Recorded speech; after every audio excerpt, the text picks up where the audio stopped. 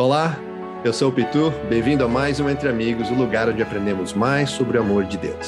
Eu sou o João, bem-vindo ao nosso estudo. Estamos estudando esse trimestre o livro de Deuteronômio e confiamos que Deus tem uma mensagem para nós especial nesse livro, não é, Pitu? Vamos começar agora essa lição estudando sobre a lição da história de Moisés.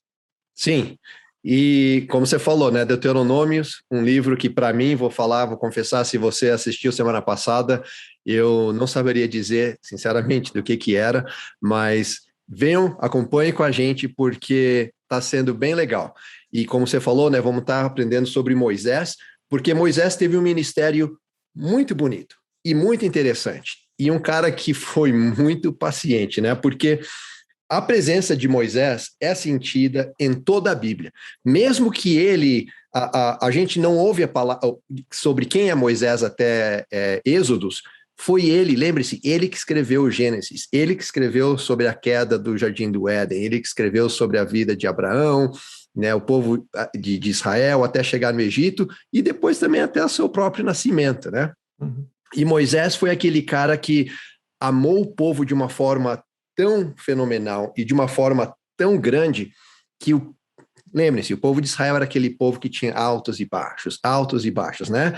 Moisés foi lá, buscou os 10 mandamentos e quando chegou lá embaixo, o povo está adorando o bezerro de ouro, né? Então, esse é o povo que ele estava guiando, tentando levar na terra prometida. E era um povo que, como eu estava falando, ele amava tanto que ele até intercedeu por esse povo. E ele chegou até a colocar a sua salvação em jogo pelo povo de Israel.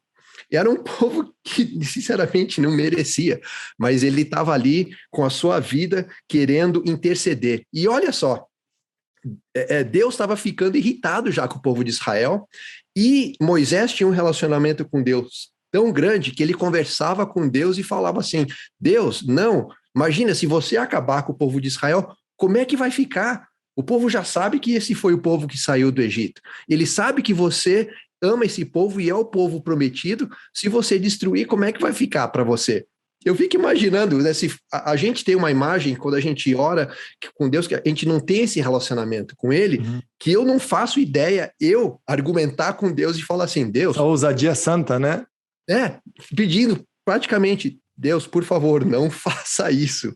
Como é que é, né? A gente sempre pede para nós, né? Ou agradece, não agindo dessa forma, mas esse era o relacionamento de Moisés, esse era o ministério de Moisés e o amor por um povo que, na verdade, não merecia. E Deus falou para Moisés, ok, né? A tua fé, né? O teu clamor, eu ouço, e ele não foi e destruiu ou acabou com o povo de Israel, né? Porque olha, não sei, fala.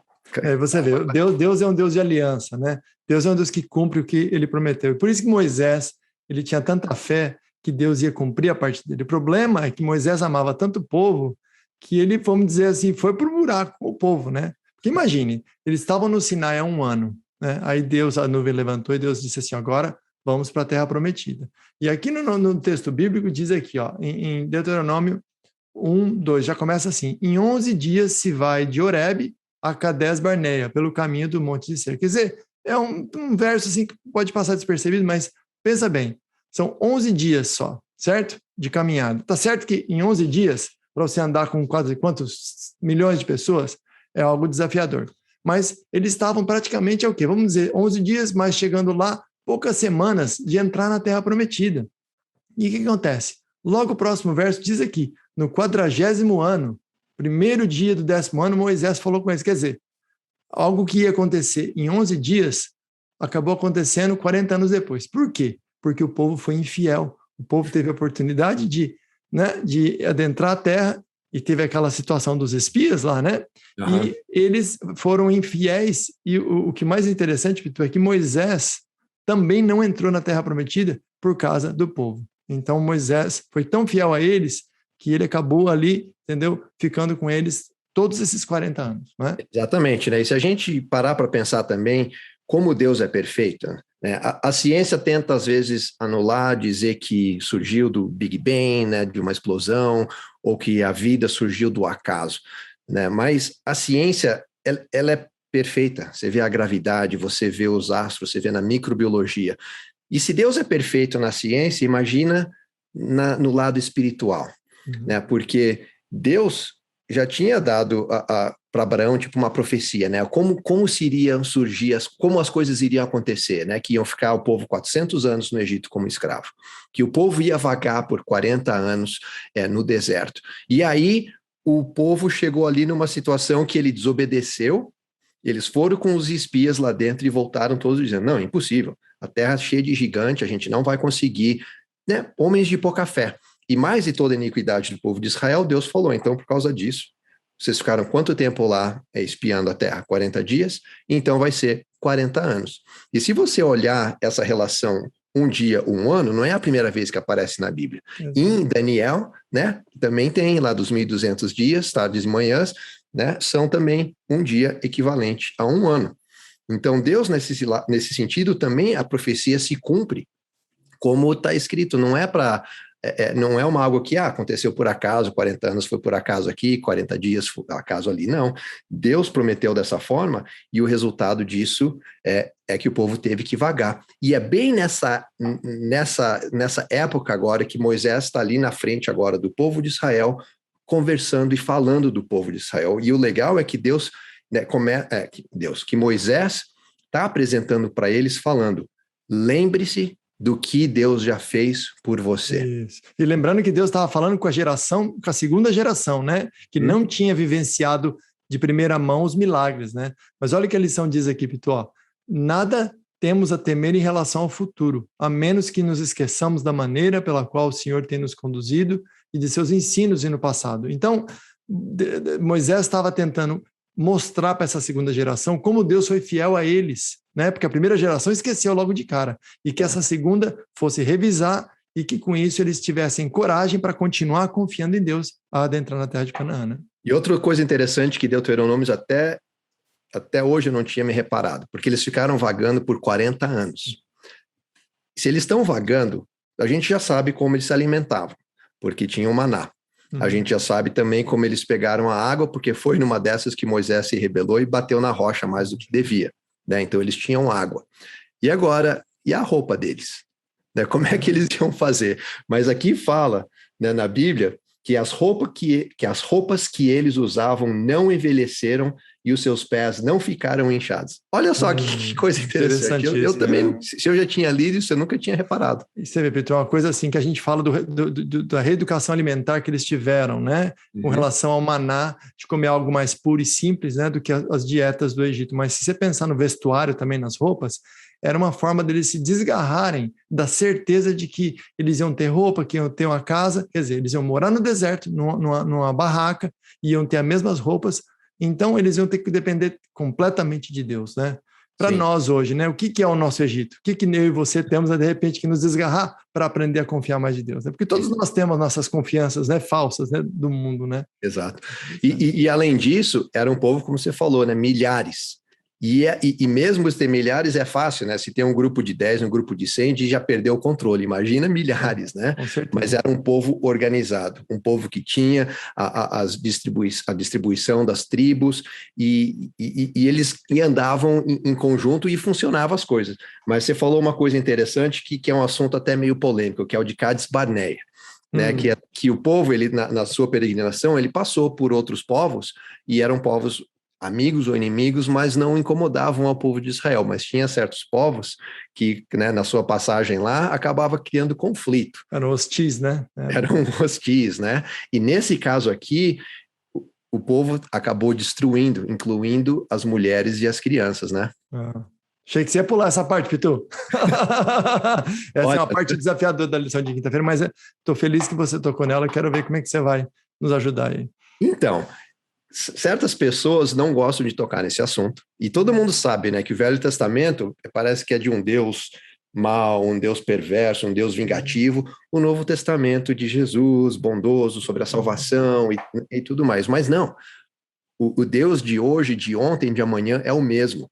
Deus, Jesus, Espírito Santo, a Trindade, são todos juntos, um só e três ao mesmo tempo, Deus e Jesus, e todos estavam na criação, Deus estava no povo de Israel, Jesus estava ali. Quando Jesus andou na terra, Deus estava com ele.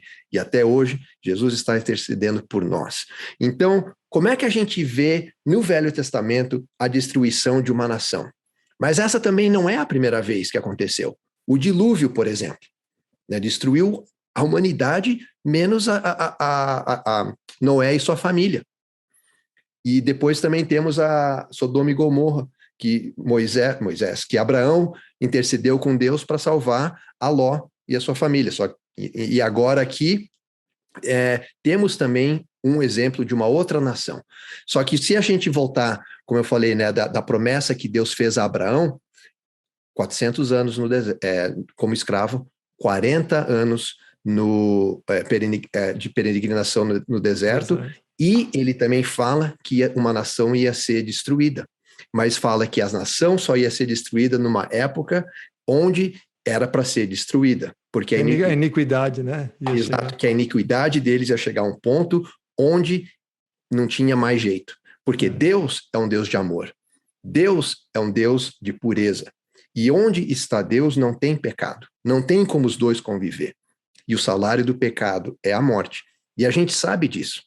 Então esse povo, quando ele foi para lá, quando o povo de Israel foi comandado por Deus para destruir essa nação, era porque o juízo deles já havia chegado.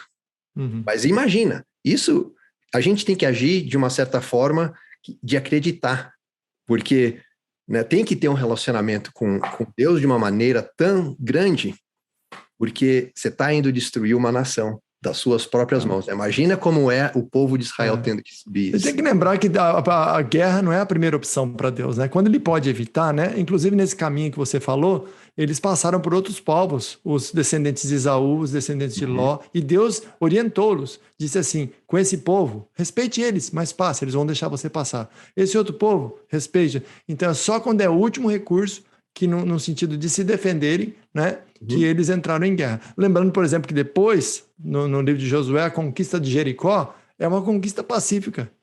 Pacífica aos nossos olhos, mas Deus fez aquele terremoto, as muralhas caírem, né? Então, a primeira opção de Deus não é a guerra, é que quando não tem jeito, e nesse caso, a questão dessa purificação do pecado, não é?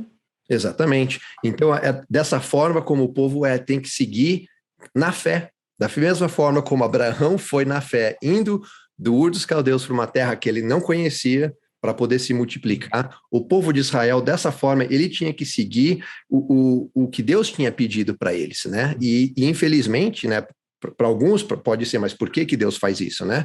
Deus sempre tem um propósito, e o propósito deles é a salvação. Deus é amor. Amém. E só há a destruição quando realmente não tem outra alternativa, e faz como se fosse o juízo final. Amém, Vitor. Eu acho que, para a gente fechar com a história que você falou sobre Jesus no Velho Testamento, olha o que diz em João 1, 2 e 3 aqui, ó. Jesus estava com Deus no princípio. Todas as coisas foram feitas por intermédio dele. Sem ele, nada do que existe teria sido feito. E aí, o outro texto que eu quero trazer, para a gente fechar, é o texto-chave dessa semana, da lição. 1 Coríntios 10, 3 a 4. Todos eles, Moisés e o pessoal do Velho Testamento, todos eles comeram do mesmo alimento espiritual e beberam da mesma bebida espiritual, porque bebiam de uma pedra espiritual que os seguia, e a pedra era Cristo. Ou seja, Jesus criou todas as coisas e Jesus andava com eles. Então, essa violência, todas as coisas que aconteceram, Jesus estava lá.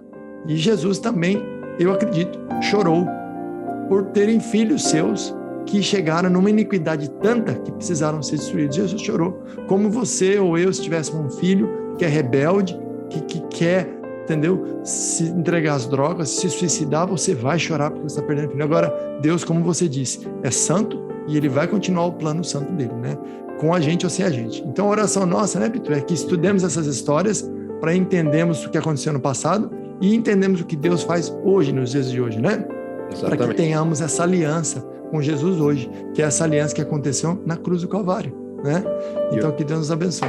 Eu queria encerrar com mais um texto aqui, João, dizendo que faz o seguinte: fé não é apenas amar a Deus quando tudo está bem, mas é confiar nele, apesar do que não entendemos totalmente. Amém. Fechou, é isso aí. Vamos orar? Bondoso Pai, muito obrigado por este estudo, muito obrigado pelo livro de Deuteronômio, por Moisés, pela experiência do povo de Israel, que possamos aprender mais e mais sobre o Teu amor, até quando não compreendemos totalmente. Ajude-nos a ter mais fé em Ti, hoje e sempre, em nome de Jesus. Amém.